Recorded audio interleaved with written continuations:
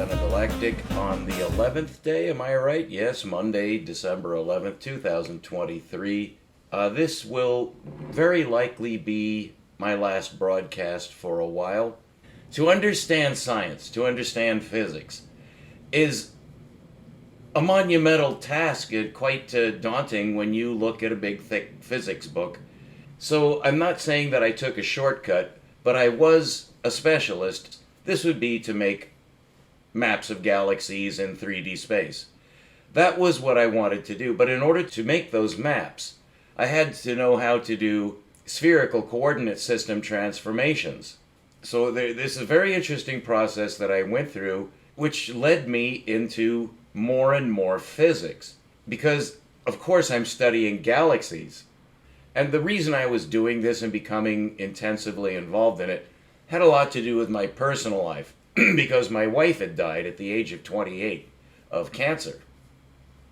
And we had been together 10 years, and of course you know what it's like to be in love and lose your loved one, your life partner. For me, what that meant was that I needed to start concentrating on something to become immersed. And I opened up my mind to science. I wanted to know everything about galaxies. We need a lot to stay human. You can't just say, well, science kept me going. Oh, no. So being involved with galactic science was nothing unusual, but it wasn't the be-all and end-all of my existence. It's very obvious that I have a religious side that I wish to expose. I was a serious religious man and still am. But science and religion don't particularly go together, and I've been kind of trying to play both ends against the middle to satisfy two sides of me. When I see truly professional presenters in science, Smarter Every Day is a very good presentation, but then I notice that all the presenters out on the internet in science are just way more sophisticated than I am. What I got from Dennis Morris stuck with me. I notice I've never forgotten that he didn't have any sophistication at all. And you have to decide in your own mind where you're going to devote your resources. When I make a video, there's a standard that I just am not even close to. It's not so much that bothers me, because I've always been doing this for myself. It's not like I feel guilt, although that's involved too. It's that I'm not sure this is serving even my own interests now. Because I want to tell you what I'm going to do next to conclude this. So it began with coordinate system transformations because of my galaxy database. So I'm attempting to do something now, today, which has a history, it has a gestation period, an evolution, if you would. It began with galaxies, how galaxies form, a science called galactic morphology. Well, this goes to higher and higher levels. I became interested in the layers of heaven going out. How far have we seen? And eventually I got interested in the Big Bang. I got interested in the black hole. I got very interested in quasars. So this is all expansive, way beyond my original goal. But we each have specific aptitudes, which you then develop and maybe elevate your level of technical ability with that aptitude. So it's at least a 2-level ability that you may have to express something. Well, I've come a long way from trying to do map transformations, basically from one coordinate system on a map to another. That's pretty simple and restricted. But today I find myself claiming to have solved the quantum paradox and claiming to have found a much better cosmology. And I very, very frequently speak out against natural selection, all of which shows that I have a profile which is not very focused. A lot of the things that I have been saying in saying that I'm on a discovery vector, which is not something you hear any presenter saying. But now, over the past couple of months, I have been focusing, I'll just say better, and I continue to have insights. Now this is for me, and I also claim that the reason I'm making these videos is because it's the duty of a scientist to share what he knows if he thinks it's valuable for a wider audience. I still adhere to that, but then you have to treat that responsibly. There are certain paths and certain rules, and just tried and true and or currently acceptable modes of presentation, which I simply don't follow. I don't have anything like Lex Friedman has, Kurtjai Mungel. I could go on and on. There are mathematicians who have superb presentation sequences. Now, admittedly, they're not at all trying to do what I'm trying to do, except in the most general sense, we're all dealing with astronomical science. I know what I'm doing for me, but I'm not sure I'm adequate to the task that I'm projecting. In other words, what I say that I'm doing, I'm not sure that I'm doing it right. It's just something I have to deal with and come to grips how much effort I'm willing to put in. But everything's going well. I'm not saying anything's wrong.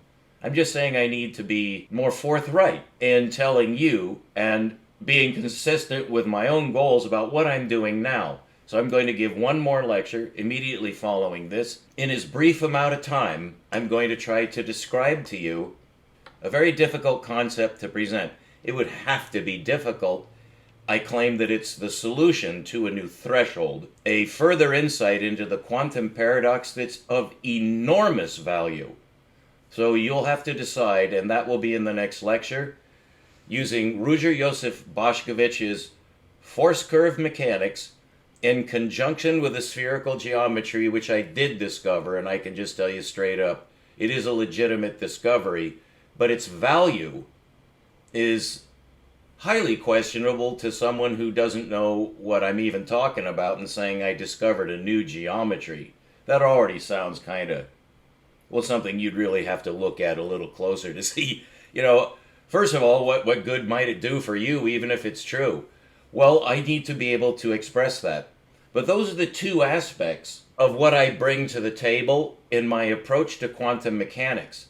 I honestly, sincerely believe that Ruger-Joseph Bošković's force curve mechanics visually answers the quantum paradox.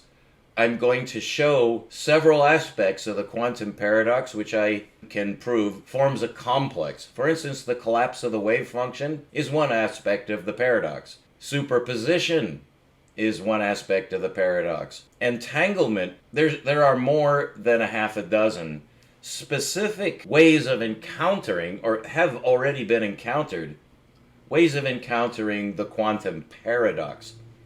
A paradox is difficult to even say what a paradox is, because a paradox, it implies that you can't say what it is. That's why it's a paradox. Really, it comes down to the wave-particle duality. Either something is a particle, which needs to be defined. I'm going to do that specifically in the next lecture to concretize this, so that you know my insight into what is the difference between a particle and a wave.